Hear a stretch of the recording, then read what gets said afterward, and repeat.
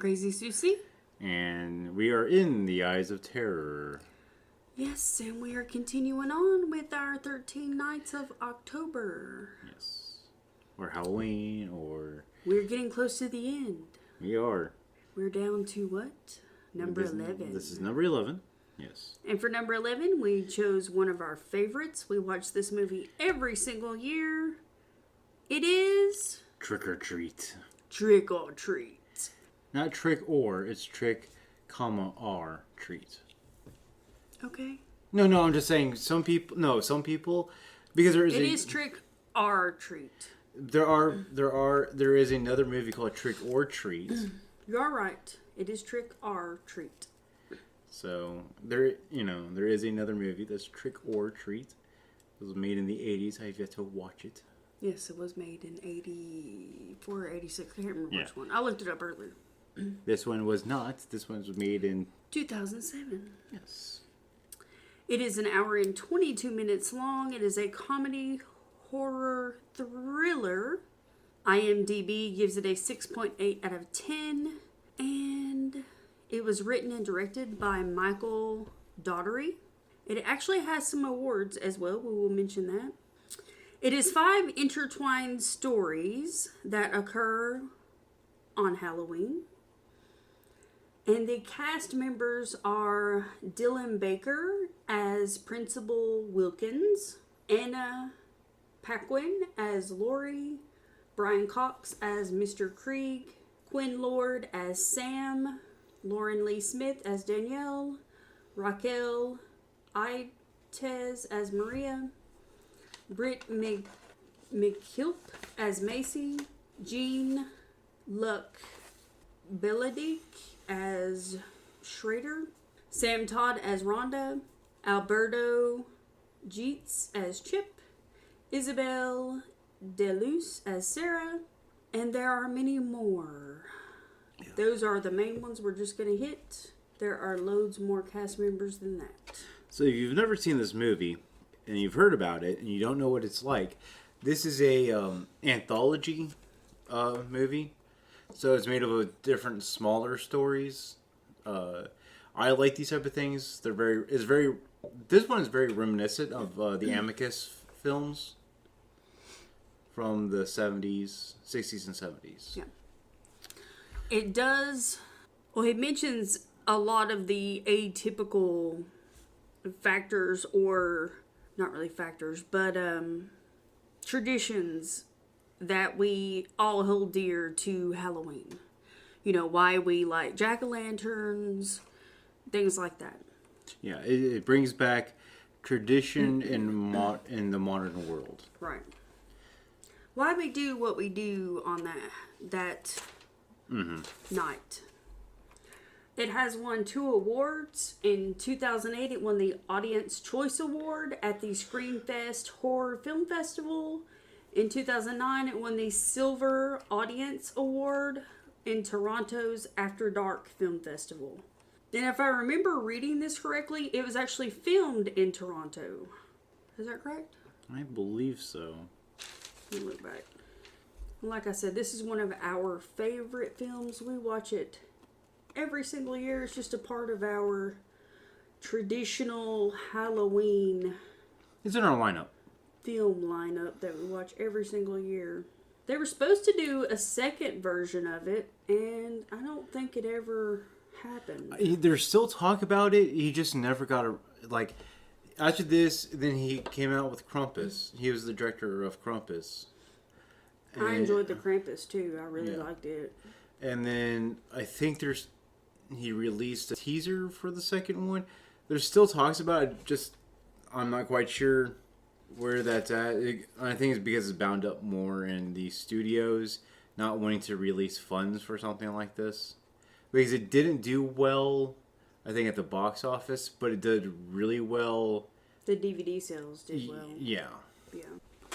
But all Hollywood really cares about. Yeah, it looks like it. No. It was the budget was $12 million. So we actually have a budget on this one. That's pretty nice. Mm-hmm. I don't know. It says USA and Canada, so I can't remember where I read it at. Anyway, I think it probably was produced in Toronto. But, yeah, most Hollywood films want the box office. They don't care about the DVD sales. So Right. They want to recoup that money as soon as possible. I mean, think that makes sense from their perspective.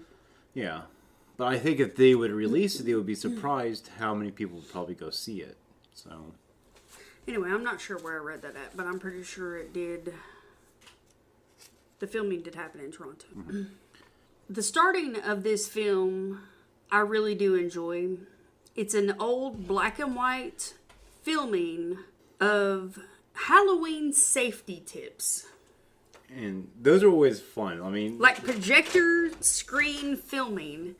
And I don't know about you guys, but when I was in elementary school, we watch projector films. You know, you hear that traditional tick, tick, tick, tick, tick, tick, tick of the projector film. And there's nothing like the film quality of projector films. well, I don't know if you know this or not. Even if you didn't watch them in school, I mean, we watch projectors, but also too each year, major studio like whatever your local station is, WWIN, VC, you know, whatever, Almeida or whatever it is, they would that like NBC or ABC would come out with their own safety thing from the 70s to like early 2000s. They produce their own sort of like safety tips. You know, don't eat, check your candy. Don't take anything that is unwrapped. Right. You know, wear reflective gear. Don't have anything that, you know, just those. Well, I know when I was growing up, and I think they did this when my daughter was growing up too, the local police department or fire department one would offer to actually put the candy through an x-ray machine and x-ray the candy. If that's something parents were interested in, which I think that's kind of overkill. Well, there's but- okay. So I don't know if you know how that all came about or not. Some people do, some people don't. But it's part of Halloween lore in the United States. Right. Well, wasn't it a father of a family that Yeah. had put razor blades in his children's candy? Well, okay. So actually, the candy apple with razor blades, which is actually a Misfit song, Halloween is one of their lines in their Halloween song. Actually, that was a hoax. The razor blade that wasn't, because honestly, you're not gonna you're gonna bite down into an apple and you're gonna be like, oh, there's a razor blade in there, you know. And it's not gonna be like, I'm gonna be an idiot and just bite down. What actually happened was there's some pixie sticks that had cyanide in it, and they killed. I think it killed one kid and made 3 others sick. And to go find out, and they're trying to figure out where it all came from, and they thought it was some random person on the street that injected these pixie sticks with the cyanide or the arsenic or whatever he used. To go find out, it wasn't that at all. It was the dad, and he used Halloween to trying to cover up his own crime because he was getting sick and tired of his kids. So, but like everything, once it's, you know, at that time, that happened. It was his hysteria, Right. just mass hysteria for a while. People were coming out with, look, I found a razor blade on my apple. And people were like, oh, we have to do all this stuff. And I think it was a few years later, it wasn't candy, but it was actually Tylenol. At the time, Tylenol wasn't sealed like it is. And somebody was actually going through different stores and dropping arsenic into the Tylenol. Tylenol? Yeah, into the bottles and sealing them back up, and people were buying them and dying because of it. And that one was one of those, we don't know who did it. So it's sort of like a combination of stuff that just sort of over time just blended into one thing, one incident. So I really like too in this film where you realize that things that happen are not happening on the time scale that you see them happening in. You know, in the first scene, you see the lady and the husband coming home from a Halloween party because they're dressed up. She blows out the jack-o'-lantern, and her husband says, "Don't do that because you have to leave it lit. The spirits of Halloween are going to get upset." Mm-hmm. It's against tradition. And then she's like, "You're lit, I'm lit, we're going upstairs." Well, and she goes, "I want these decorations taken down tonight because my mom's coming into town." And my mom, I guess, hates Halloween or whatever. And she's like, "It looks like a crime scene." And he's like, "No, I don't want to do that." But she makes a joke of like, "I hate Halloween." Or not a joke, but she says, I hate Halloween and this is not Hanukkah. You know, there's no traditions in Halloween. There's no reason for this. Right. You know, this isn't a religious holiday. Well, she does say that she's lit and he's lit, meaning that they're drunk. Yeah. And, you know, there's no reason to keep the candle burning, basically, she says. Yeah. And he's trying to explain to her, no, this is tradition. This is how it's done. You keep the jack-o'-lantern, you let it burn until it burns out, you know. Mm-hmm. And she says, she looks at him funny and says, "This isn't Hanukkah." Yeah. You know. And then she wants him to take down the decorations that night in the middle of the dark. Yeah, and all he wants to do is go upstairs and watch porn with her and get freaky. So yeah, he goes upstairs and puts in a porno and waits for her, and she gets hacked up by Sam. Well, Sam, the Sam character is the spirit of Halloween. Right.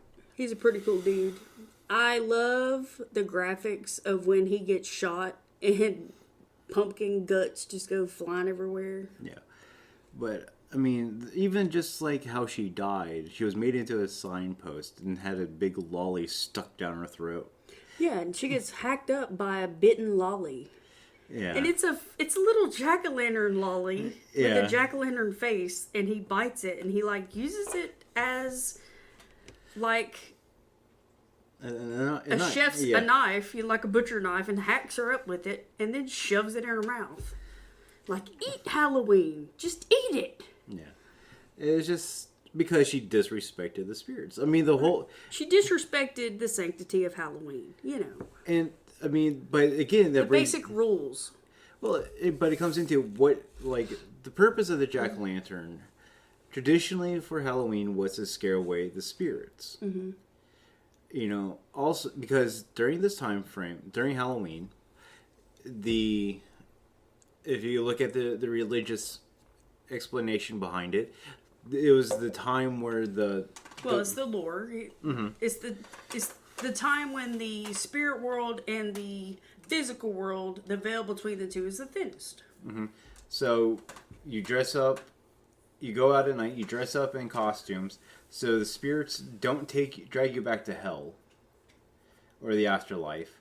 You give them out candy because at this time they believed in fairies, and fairies are not the Tinker Bell type fairies. They're very mischievous. They're, you know, they will not hurt you. They can turn on you if they're not appeased. And they love sweet things. So that's where the tradition of leaving out like candy, but traditionally it was like milk and sugar and bread and things like that. And it was the fairies were supposed to come by, give a blessing to your house for you leaving out them gifts. Mm-hmm. And then they were supposed to leave you alone. But if you had to travel that night, you were supposed to dress up as a spirit or something, so they would not have mistaken you for one of their own. Right. So they wouldn't think that you were human, so you would blend in with the spirits that were walking the earth. So there's a lot of the traditions of Halloween in a nutshell. Yeah.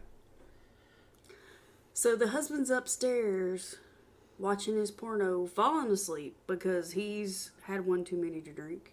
And the wife's downstairs in the front yard getting mutilated by Sam. Fun times. Yeah. And then we go to our next scene. So what score do you give that kill? Because you see it.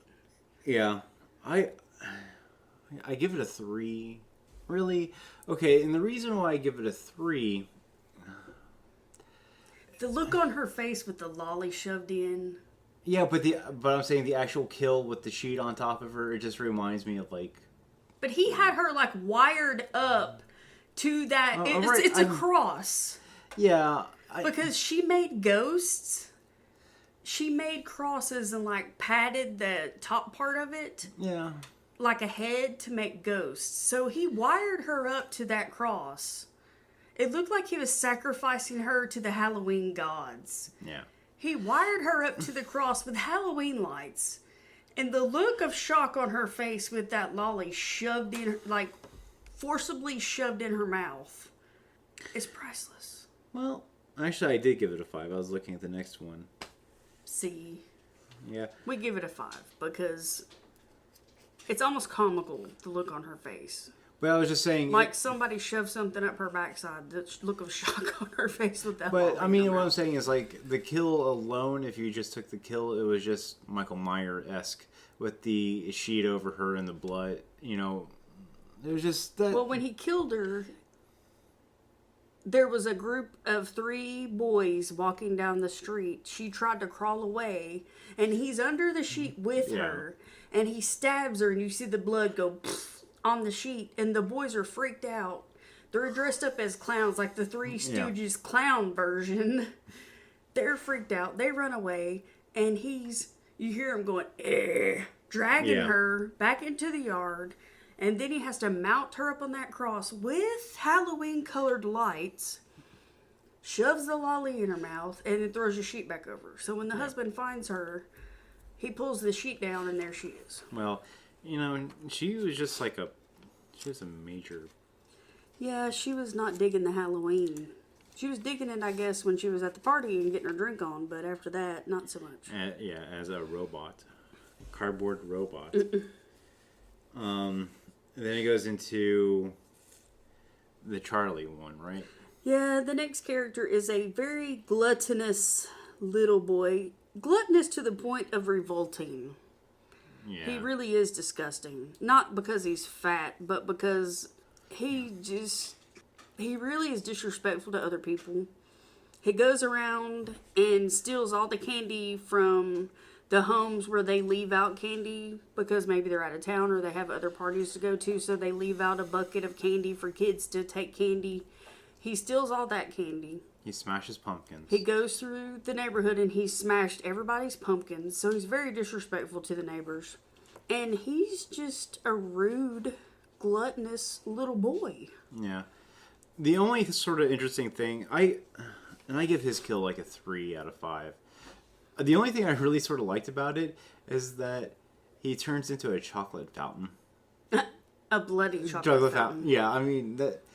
He gets killed by eating poisoned chocolate. And again, we're seeing the old, you know, that the part of that lore, the poison chocolate and stuff like that. Right. And see, there's a lot of homages. If you have studied Halloween type stuff, it makes a lot of sense. Yeah. He goes to Mr. Wilkins' house, Which is his principal. which is the principal of the town. And the principal of the town just so happens to be a serial killer, which I find ironically hilarious because he has the perfect cover. Nobody would suspect him whatsoever. Yeah. You know, I mean, he makes the perfect serial killer. Who would not want to kill a bunch of kids when you got to deal with the little rotten things every day? So, Mr. Wilkins catches him trying to steal all the candy in his bucket of candy. He's one of the people that left a bucket of candy, and he confronts him about it. And he tries to lie to him, and he said, "Why lie to me? Why give me a sorry lie? Don't do that. If you want the candy, take it. Take the candy." So he sits down with him on his stoop, and he carves a jack-o'-lantern with a nice, fresh, sharp knife that he just bought. And he sits there while Charlie eats a candy bar. Next thing you know it, Charlie's a chocolate bloody fountain. I mean, just covers his steps Honestly, with chocolate and blood. this one was like one of my least favorite segments. Just, it was okay. Well, who wants to see somebody barf? And this boy is like It's not that. a fountain. It's not that, but I mean, his son's annoying because he's constantly screaming out the window. His son is annoying. He is. But the only good thing is like Charlie Brown's an asshole. That's like one of the best lines. I love Charlie Brown and the Grapevine, but it's true. You know, The stuff his kid says is hilarious. And the fact that they're both psychopaths. Like, he's training his son to be a psychopath, but his son doesn't even realize it. Like, it's normal. And people don't realize this. We're all raised differently in different households. And unless you're raised a different way and you're brought up a certain way, that's your normal, you know? yeah. You don't realize that that's screwed up until you are around other people and you question them about that, and they look at you like you have a cow turd on your head, you know? Yeah. Then you realize, wow, that's messed up. So he says that his son keeps complaining that, I wish mom was alive and stuff like that. And I'm like, I wonder if he killed the mother. I don't think so. I think the mother probably died of a really bad illness like cancer, and that probably just forwarded his psychopathy. No, because he said that when he was carving up the head, they were beginning to, he was saying, like, I'll show you the way that my dad used. So it's like a traditional thing in that family, I guess, to kill. Right. So. But I don't think he killed his wife, because all of his victims were male. Okay, yeah. No, he had one female. But he didn't bring them home. He killed them outside of his home. Yeah. The ones that he kept and buried, the child victims were male that he kept and buried. Yeah, okay. So, it's probably because it stems from he hates children, to be honest. And he goes His son is very obnoxious, and every time he talks, it makes you can see his skin just draw up and his spine seize. So I think he would have kept his wife if he had the option to. That way she could, rein in the son. I don't think he would put all that on himself intentionally. So I guess this town is really big on, like, this epicenter of Halloween because they have a big parade or... Yeah, they have a big to-do downtown, and have a huge event for Halloween. Mm-hmm. And so this kill was really interesting to me because the principal dresses up as a vampire and kills this woman in an alley. And what I find it to be actually one of the more terrifying ones, and I give it a 4, is just because how horrible would it be that you got stabbed and you're running up to people and you're like, help me, I need help, I've been hurt, and they just think you're joking. Well, because there were a bunch of people there that were dressed like zombies or whatever, and they're covered in blood, and people just wrote her off as, oh, she's drunk. Yeah, that's what I'm saying. Because she looked like those people. But, I mean, how scary is it to be surrounded by people, but you're the only, like... Nobody's you're so isolated. seriously. You're still isolated. Right. So, that's why I give it a 4. It's just because of the scare factor.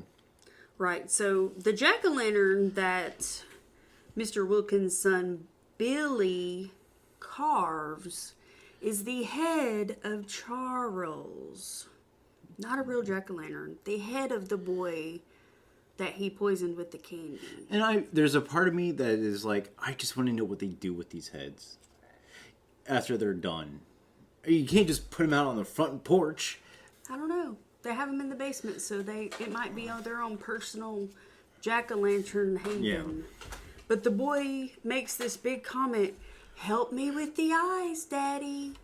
I need help with the eyes. And he said, this year, let's make a scary face.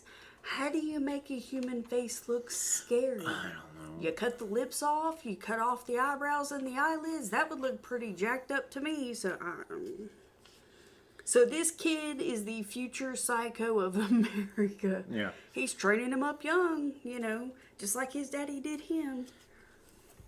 Like I said, But, I mean... Well, if you're raised that way, it's normality to you. But Wilkinson had a run-in with his neighbor, which is another part of every one of them sort of at some integrated. are linked. They're Yeah. all linked. Which that's another great part about this. You know, I watched other movies where they had multiple stories and they weren't linked at all. And so the movie really didn't flow very well. Well, This one is Well, and this is Totally why I different. said this one is very reminiscent of the Amicus films. Mm-hmm. Because all the Amicus films, at some point, linked with one another. so there is a town legend about a bus driver who drove a special bus of kids, and supposedly the parents of the kids paid the bus driver to get rid of the kids, to have an accident and get rid of these special kids because the parents got tired of the burden of these kids. These kids were supposedly an embarrassment to the parents. Well, and like one kid, he was counting houses. Mm-hmm. So I'm assuming it was some sort of like autism. Yes. Uh, And children that are on the spectrum, they're very intelligent. Usually almost geniuses, but they're very intelligent in specific areas. Like they may not have a lot of common sense, or they may not be very good in English or math, but they remember certain things. Like they could watch a program, say Animal Planet, and they'll remember every single word of that program. Every word. Yeah, and Every single word. But I'm just saying because he's counting, I could think. Right. Or they could go on a bus route, for instance, and they know the exact route because it's repetitive. Mm-hmm. They will remember the exact route. So there's one boy on the bus that says, wrong way, I want to go home, I want to go home. Because on this Halloween, the bus driver took a different route. And this boy, children with autism or individuals with autism, flourish in structure, routine. You know, doing the same activities every day or having a very structured routine because they do well when things go the same way. That's why a lot of individuals don't do well once summertime comes and they don't have school, or when they get older and they start working when they're off work or things like that. That's why they usually have them in after school programs or things, because they but thrive in structure. I don't think they're like horrible kids. That's what I was trying to bring up. I don't think they were horrible kids. I don't think they were like the violent type or anything like that. No, I think no. they were just misunderstood. No, that- it was nothing like that. I think, like they mentioned in the film, it just became, they just didn't really know how to deal with individuals like that then. Yeah, because this is like set in the 1950, 60 era. You know, Right. like I just think they didn't know a lot about what was going on with individuals back then. So it was almost looked at as an embarrassment if parents had children with those issues because they didn't know how to deal with it. yeah, There they was no weren't classification. normal, yeah. There was no classification for individuals back then, and back then, Well, there wasn't. We're both in our 30s, and there wasn't even classifications for autism when we were kids. no, We just called them the weird kids. That's all it was. Right. You know, And it's back just- in the early 80s, individuals that had any kind of mental or physical issues, most of the time they just put them in insane asylums with people that had severe mental issues. Well, like if you I- had physical delays, they lumped you in with psychotic people. Well, actually, I have my own. I was never in an insane asylum, but when I was in school, I'm not very good at math at all. Just that's one of my huge weaknesses, and I was diagnosed with an LD problem, a learning disability problem. Mm-hmm. I forgot the diagnosis is something like processing error. Mm-hmm. I can't, I can do parts of the math, but I can't link them up somehow. Like when it comes to like algebra, it just does not link up in my head, right? And so they lump me in remedial classes in math, and I was in high school doing adding and subtracting. So I mean, even if you have problems, like that type of issue where you need a little bit of extra help, but you don't need to be so remedial. Right. They're not helping either in that way either. Right, and that's the thing a lot of people don't realize. And I think the school system has gone really bad is instead of changing how they teach children, they just go about it the wrong way. But anyway, we're getting off subject. So these kids, for whatever reason, the bus driver, I guess, was asked to get rid of them. And so he took a different route and was going to drive these kids To a quarry. off the quarry. I don't know if it was off the quarry or he was just going to let them just die there. Well, he chained them into their seats and was going through the bus and making sure each of them were tied into their seats. And one of the boys got free. And as the bus driver was checking the seats to make sure everybody was tied in, the boy that got free went to the front of the bus, managed to get the bus out of gear, and drove the bus over the quarry. But the bus driver managed to get out of the bus and managed to get to the surface of the water. And He survived. Yeah. And turned into basically the Grinch. Well, what I think was interesting is that you really don't know to the end of it. Yeah, but, you find out at the end all of the details, but which I find very the interesting. thing that you notice when the bus driver goes off the edge and he gets onto the shore, he has a wheezing problem. He has a breathing problem. It's very noticeable. Right, but you could contribute that to the fact that he almost drowned. Yeah, but I'm saying there's another character that has a similar problem. Right. You have a younger... Right. There are finite details that happen that clue you into character details. Yeah. There are a group of werewolf girls that throw this really cool camping party. I love this time of year. I so want to go camping. I want to roast hot dogs on the fire and do all that. I so want to. Anyway, so Mr. Wilkins. Well, but here's another finite detail. One of the wolf girls, which we don't know obviously, but she dresses up as Little Red Riding Hood. Yeah. Mr. Wilkins is doing some prowling through the neighborhood, and he's dressed as Dracula or the Phantom of the Opera. Kind of a cross between the two, which is kind of confusing because he has a mask on, but he's got the teeth, so I don't know if he's trying vampire to do... or something.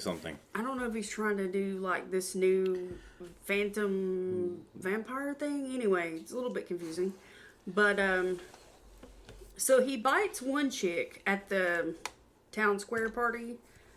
He bites her a few times and he manages to kill her from biting her. Must have been some good vampire teeth is all I'm saying. Maybe he stabs her too. I don't know. It doesn't really gives us that detail. It shows him biting her, but that's it.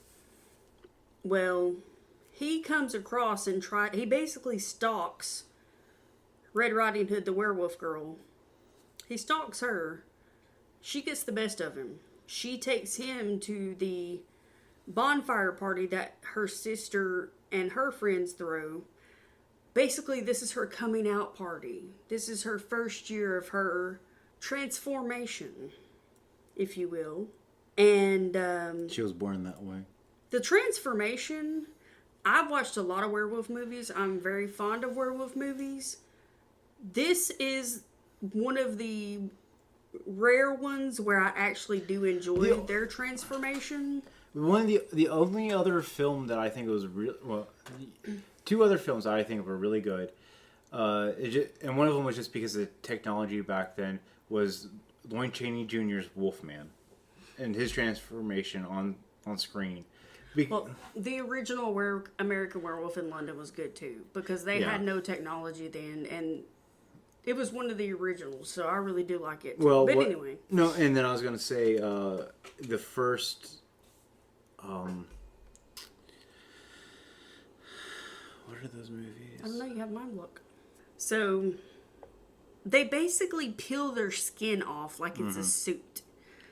They put their leg up on a log, like women are taking off leg hoses, and they just peel the skin right off. One girl uses her nail on another girl's back and puts her nail into her skin on her back, the back of her neck, and runs it down the length of her spine and just peels it off like she's unzipping a dress for her. So, the actual act of all that is really awesome. One thing that Wilkins says to the girl when he's stalking her is, my, what big eyes you have. And right before she bites his neck open, she says the same thing to him, and her eyes are massive when she says that. Great scene. Love it. I give that kill scene, I could give, if I could give it more than 5, I would give it more than 5. Just from the lines, you know, It was a really good. I'm a whore for words, so, you know. And here's where, to me, it all cinches right up. Mm-hmm. Now we find out that Mr. Craigie, or whatever his name was the bus driver. He's burning pictures in his house. He's an alcoholic, and he hates people. Yep, well, there are some kids that manage to go down into the quarry because they want to make sure and find out if this legend is true. So they take jack-o'-lanterns. You know, got to be on the safe side. They take a jack-o'-lantern for each of the 8 kids that perished. They were also, it wasn't just that, they were playing a joke on one girl who had autism. Yeah, there was a girl that lives in the town that is a little slow, and they wanted to pull a prank on her. Well, she ends up leaving them down there with the ghosts, so the prank is on them. But they end up scaring the crap out of her, and she ends up basically taking the lift up and leaving them down there with the ghost. But again, there it goes with the Halloween rules, that if you have a jack-o'-lantern, because they were saying, you know, she had a jack-o'-lantern that had the light still lit in it, and that's what protected her. Yeah. The rest of them didn't. That's what killed them. You know, the jack-o'-lantern scared the spirits. And... yeah, well, they scared her. Yeah. And they didn't feel bad about it, except for the one boy. He kindly felt bad about it. They brought her down there with intentions to be cruel and mean to her because she's different. Yeah. But what I'm trying to say, though, is that she knew a lot about Halloween. Yeah. And all the folklore behind it. Well, she did. She knew. Yeah. She knew everything. So I think that was really interesting to continue with the old folklore that we've forgotten as a society. I agree. So, this is something I found to be really hilarious. So, the spirits of Halloween are not happy with Mr. Craigie, and they take it out on him. These are all the things that they do to him. They leave dozens and dozens and dozens of lit jack-o'-lanterns on his back porch, stoop, and steps. He hears noise, it's his front porch. He hears noise and he goes out there, and his whole front porch, his stoop, his steps is covered in jack-o'-lanterns that are lit up. That was the first thing. And Sam sneaks in his house and he plays games with him. He's toying with him. He goes in his bedroom and he writes trick or treat in bright red, different size fonts. The whole room, ceiling, walls is just covered in trick or treat, trick or treat, trick or treat everywhere. I think one of them was show me something good to eat. You know, it was just the old toying with him. Yeah, and I thought what was really cool was his weapon of choice was a candy bar with a razor blade. Nougat is a great stabilizer for a razor blade. Yeah, and see, that's more, to me, that'd be more reasonable than, let's say, an apple. Apples are too mushy. Yeah. So, yeah, Sam stabs him in the leg with a nougat candy bar with a nice, razor blade jabbed inside. And while he's upstairs, he has to come back downstairs, right? Yes. So he covers every step with broken glass, razor blades, and candy. Yeah.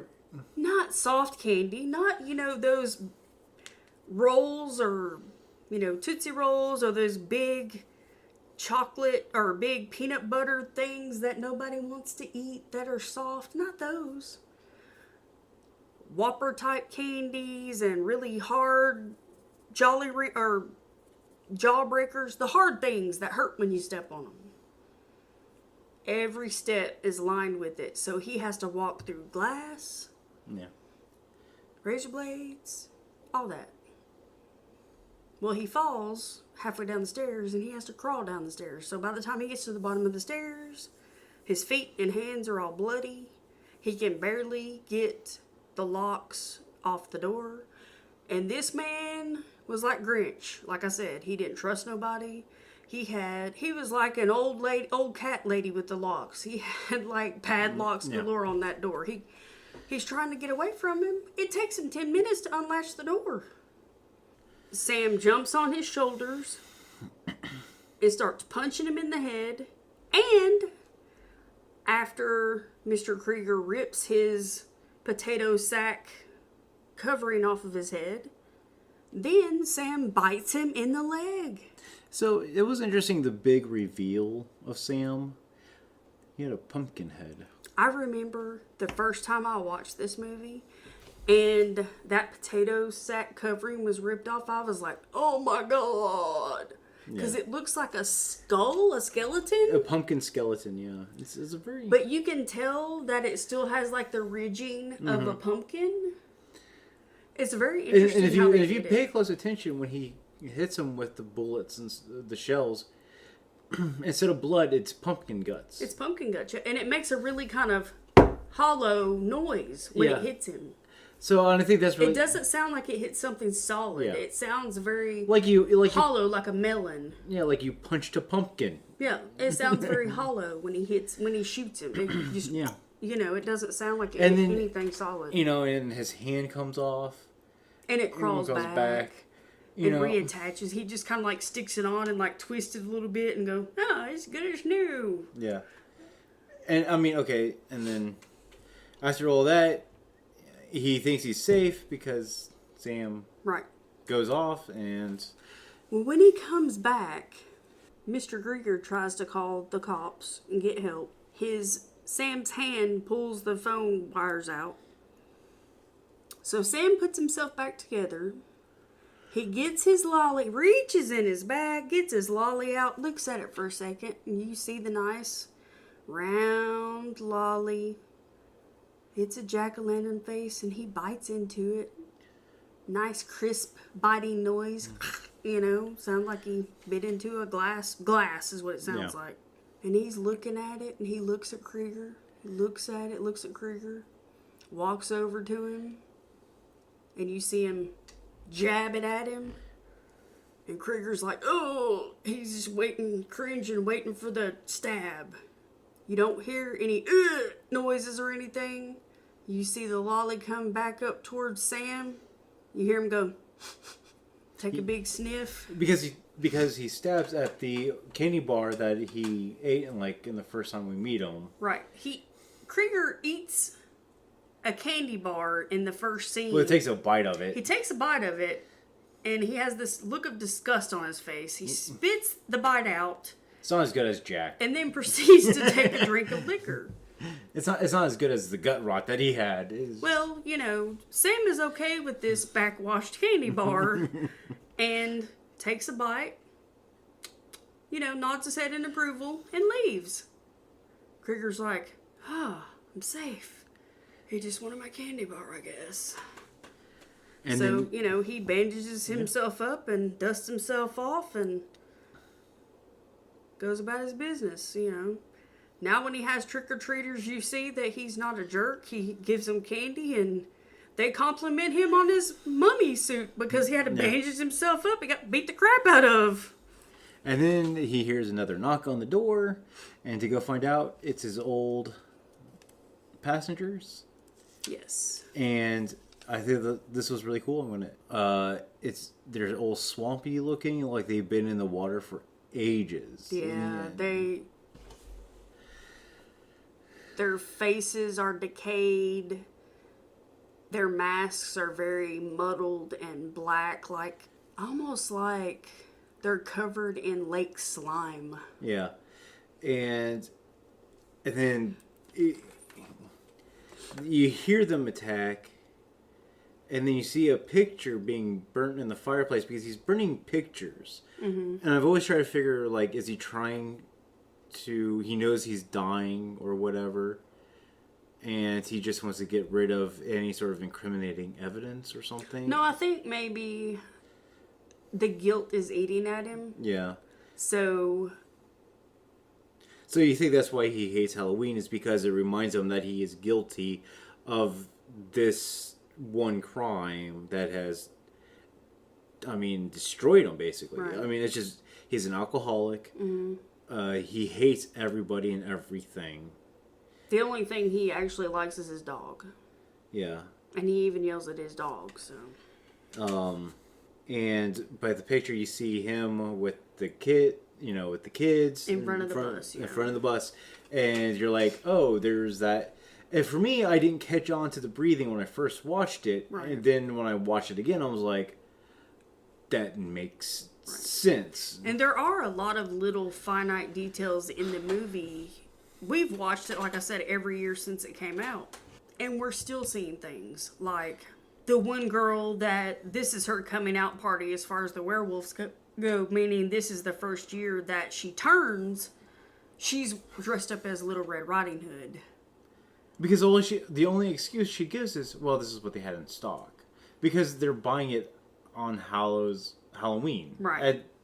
Right, but her sister said this is tradition, and the Bunny Man thought it's tradition for whoever's coming out to dress in that particular costume. And I said, no, they dress up every year. And she talked about, well, one year we were sailors, but that's the year that we dated sailors, meaning that's the year they feasted on sailors. So they dress up as something different every year. It was just coincidental that she got Little Red Riding Hood when it really wasn't. Yeah. Because there was a lot of Little Red Riding Hood puns in the movie. But I think he put them in there to clue you in on their werewolves before you saw their werewolves. And then at the end of the movie, you see the couple, the lady that was killed, walking to their house. No, you don't see that at the end. You see it when... Right before yes, he gets attacked by... Mr. Krieger answers the door twice for trick-or-treaters before the So after special kids come to trick-or-treat at his house and actually kill him. Twice before that, you see trick-or-treaters come, and he answers the door, and they say trick-or-treat, and, the first group says trick-or-treat, and it's like three smaller, kind of 7 to 8 year old kids, and there are 3 of them, and he has candy in the arm wrap that he did on his arm, and he reaches in and grabs a handful of candy and gives them each candy, like they're like mints and hard candy or whatever. And you see Sam standing in his front yard looking at him with that lolly in his hand, and you see the couple that live across the street, the lady that got killed by the lolly and got it shoved in her mouth. You see her and her husband coming up the road, and they draw Sam's attention. Well, when she blows out that lantern in front of their front gate, and her and her husband have that whole conversation about it, the jack-o'-lantern, then you see Sam cross the road. Yeah. So, and Sam is in every one of these. Every significant scene where someone is killed or some significant thing happens, Sam is in every one of those scenes. So let's talk about the effect. Whether he was a part of the murder or not, he's sitting there. When the werewolves are turning, he's sitting by the fire on one of the logs, just like taking in the scene of what's happening. Yeah. So let's talk about the effects, because the effects are always a big thing in movies. Every effect in this was practical. They didn't go overboard, I don't think. A lot of them do so much CGI with like the werewolves turning and stuff. The werewolves were not CGI though. I know, but a lot of other people would have done it that way. Yeah. And it would have been too much, I think. No, it would have dated itself too quickly. Right. Because, you watch any movie that's like CGI, 2 years later, you're like, you can see the CGI. Right. It's just, it's no matter how great it is at the time it comes out, you could just notice it. Right. And this When one, a lot of movies that do CGI, it doesn't blend in well with the rest of the movie. Yeah. And so the effects were really practical about Right. it. But there really wasn't that many effects, in my opinion. It was just the right amount where it needed to be. Yeah. The story. I like this movie. I like this movie. We're really big about movies that don't have unanswered questions. Yeah. I can watch this movie and I can nitpick it and dictate it. There are no unanswered questions to me. No, there are not. You know, we know who the bus driver was. We know who the kids were. You know, why it happened is explained. Everything is explained there. Every single thing. The only thing that may confuse some people is they don't know the lore. Well, even the lore is explained. Yeah. The girl that lives in the neighborhood that is, you could say she's autistic. She Yeah, well- explains the lore. Yeah. Yeah, with the pumpkin and stuff. Yeah. Okay. So, yeah, everything is explained within the movie. And several other characters explain, like the husband in the first scene explains, you have to have a pumpkin lit and you have to let it stay lit and go out on its own. But the one girl even goes into more depth. It's called it's called Hallows Eve or this or this or this because of this and because of that. And she even goes into even more depth about it. And so another thing I really liked, it was that it looked like it was actually outdoors and it was actually shot in the dark. Right. You know, and without a lot of studio lights, it just had that genuine feeling. And I think the camping scene was shot with campfire lighting. Yeah. I mean, and it's the same with like the quarry and all that. You could feel like it was really shot in a quarry because, again, if you like some movies, you can tell that it was done in a studio, and it takes away from that feeling. This feels like this could happen in your neighborhood, and you wouldn't realize it, or you could smell the smoke or stuff like that. The authenticity is there. Yeah, and this is definitely a rewatchable movie. Obviously, we watch it every single year on Halloween. It is one of our favorites. So Yeah. I guess we could do our final scores and wrap this up. And every single time we watch it, I think I notice something new about it. So. And the thing, too, is it doesn't have a lot of music. No. It's not overwhelming. It's not pop. There's nothing that it dates itself. Because it doesn't feel like it's made in 2007. No. And I think, it's just... because and there's so much diversity in it. You know, you were shown the inside of Mr. Kriege's house. You're shown the inside of Wilkinson's house. You're shown the inside of several different people's home. And it really reflects them as an individual.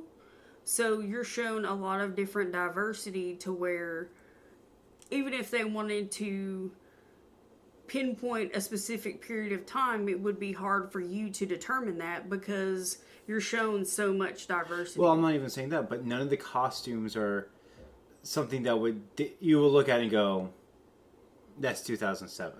Right. Well, you could look at the older costumes. So I was saying that the kids that were killed in the bus, their costumes obviously are farther outdated than the kids that are supposed to be the current kids in the neighborhood. And that is reflected, but I feel it is reflected correctly. Well, I was trying to say is like there's no SpongeBob SquarePants. There's no... No. Some K-pop... So what score do you give? I give it a 5 out of 5.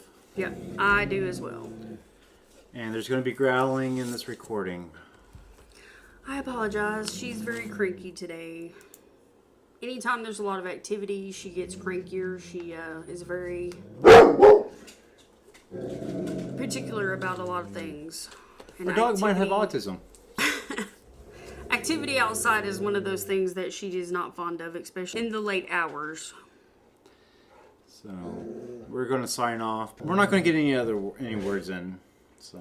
But we hope you guys, and if you haven't watched it, we hope that you do. Where did we watch this at? We had our own copy. Mm-hmm. It is on Amazon Prime, but you have to pay a rental fee to watch it. But it is worth paying the rental fee, so. Or just go out and try to find your own copy. It is a good film. All right. Spook you later. Bye. Bye.